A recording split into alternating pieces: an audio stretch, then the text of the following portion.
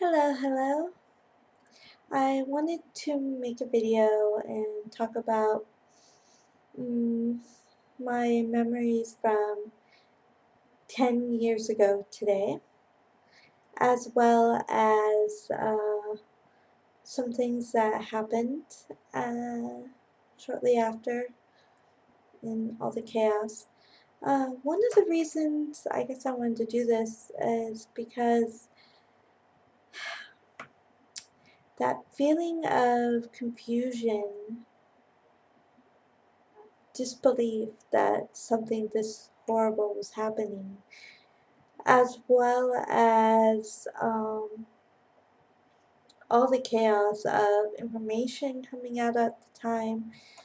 For example, I remember hearing that there was a van parked outside the Capitol building in DC with a bomb in it as one of the things, as we were learning about planes going down and whatnot. Um, one reason, like I said, that I wanted to talk about it is because of what happened in Japan in March. Completely different type of event in terms of nature causing such a horrible loss of life and terrorism and man-made uh, horrible loss of life. But it when I was sitting at home watching CNN on March 11th and watching everything kind of unfold, and then like weeks after, keep going back and forth. Oh, the nuclear plant is melting down. No, it's not. It's fine. We're all good. Oh, wait, no. Oops. It's melting down again. And just all the confusion that happened. So, I just figured I'd share my memories of what is now known as 9/11. So that morning, because I was on the West Coast, I was in California. Uh, I don't remember what time I actually woke up. I was off of school. I was actually at home taking care of my mother. And I remember waking up, walking out into the living room, I believe. And there were just, I think, my brother, one of my brothers, and my mother were sitting there watching the TV in the living room. And they said a plane just flew into the World Trade Center. And one of them just collapsed. It's gone. There's only one standing. That is the period of time of which I woke up. I forget how long it was before the other tower followed the first tower that collapsed. But I feel bad kind of looking back on it. But my first thought was, oh no, like that was a tourist spot. And that's not a place that people can visit anymore, and that history is gone. But then just as I was thinking that, because I it wasn't fully soaking in what was happening, and then the second tower went down. And as I watched it go down, it dawned on me all the lives that I was watching right then just disappearing, gone. Same thing with the tsunami. When I was watching the tsunami sweep in and cross across the fields and houses, and you could just see the cars driving away, and it, yeah. And and after that, I'm sure by the time you start watching what happened that day, you just can't stay glued to the TV. And I my mother had a physical therapy appointment to go to later that day. And it did not get canceled. I think it ended up being canceled, but she had a ride scheduled with Outreach, which is like a transit system for people who are disabled in some way to take them to the doctors or where they need to go. Also for the elderly as well. It's a good system. So I remember getting in the car, and our driver was of Arab descent. And there's already been talk of we've been attacked. We're looking at Muslims and, all that chaos that first day as it's all unfolding. We're getting that information. And I remember feeling just having thoughts of like, well, what if there was some sort of bomb in this car? And now we're in the car.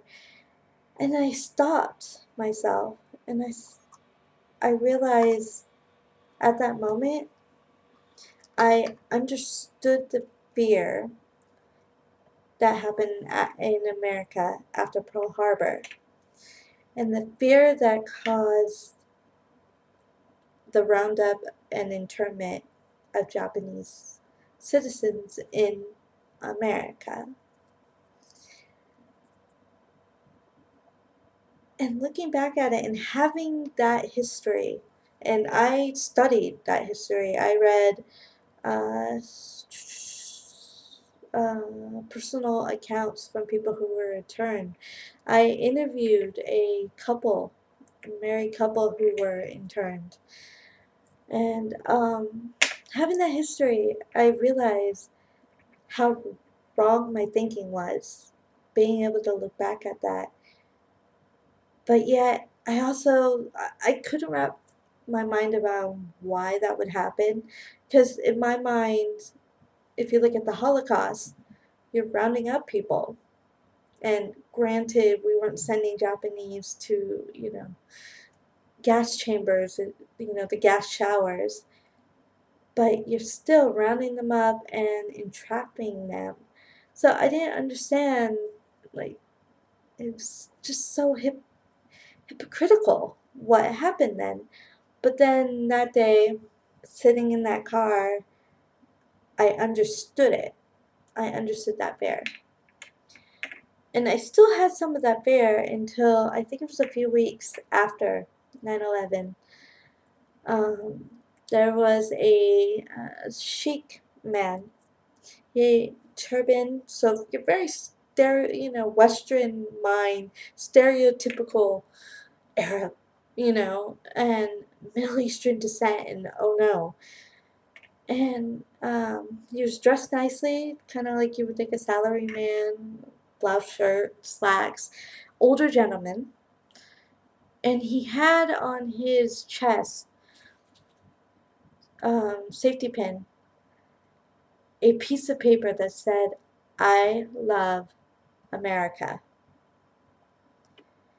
And I looked at that and I realized that it was almost like I was looking at the Star of David on a Jew back in the Holocaust. That we weren't making, like every Arab person identify yourself that you're not, with Osama bin Laden or something. But just looking at it, that he probably loved this country and or loved America, but he was wearing it out of fear. And there had been killings, shootings, and things of people of Middle Eastern descent, especially Sheiks, because that was the Western, you know, idea. That it just hit me, and I felt so sad about that situation as well. And my fear went away. Granted, I had the typical fear of another attack and whatnot, but I didn't really look at every single person who was Middle Eastern descent and just think for 1 second and run through my mind and like reassure myself this guy is not gonna hijack a plane and fly it into a building, right? Or a plane's not gonna fly into my house, right? So it's kind of interesting in the last 10 years where our world has gone. Um, Within the 10-year deadline, we got Osama bin Laden, and the coin phrase of war on terror still goes on. But it's just one of those events that, and there are certain events in your life that happen that you kind of put a marker there that this is my life before 9/11 and this is my life after 9/11. Um, you could say that for personal things that happen in your life. Send, for example, a parent's death. That this is my life before, this is my life after. But something like that, something like 9/11, Pearl Harbor, Hiroshima, Nagasaki, it's a moment in the world's life that most of the kids at my elementary school weren't even born when September 11th happened. And my generation are, old enough to have our stories of I was there, or I woke up in between the towers falling, or I was at school and they told us about it. They turned on the TV. All these different stories that have come out that it's interesting to see where the world has come in 10 years. And it's great to see how when something horrible happens in the world, natural or man-made, the world comes together, you know. So it's kind of interesting. In some ways, the world hasn't changed that much in the last decade. In others, we've come a long way. So there's always hope for the next generation, right? The kids that don't remember September 11th. The kids at my school. The ones that are going to be in charge of the country someday, in charge of the world. There's still hope. There's always hope. Well, that's my 2 yen on this, and that's my story, and I'm sticking to it. And I call out to other YouTubers of my generation, or around my generation. If you have a story, let's remember September 11th. Because if you do not learn and remember from the past and your mistakes or bad things, you're doomed to repeat the past. It kind of sounded like I was trying to quote something there, and I kind of was, but then I realized I couldn't do it at all. So I tried to just kind of say what I wanted to say, which was learn. Look back, remember, learn, and move forward. Ja!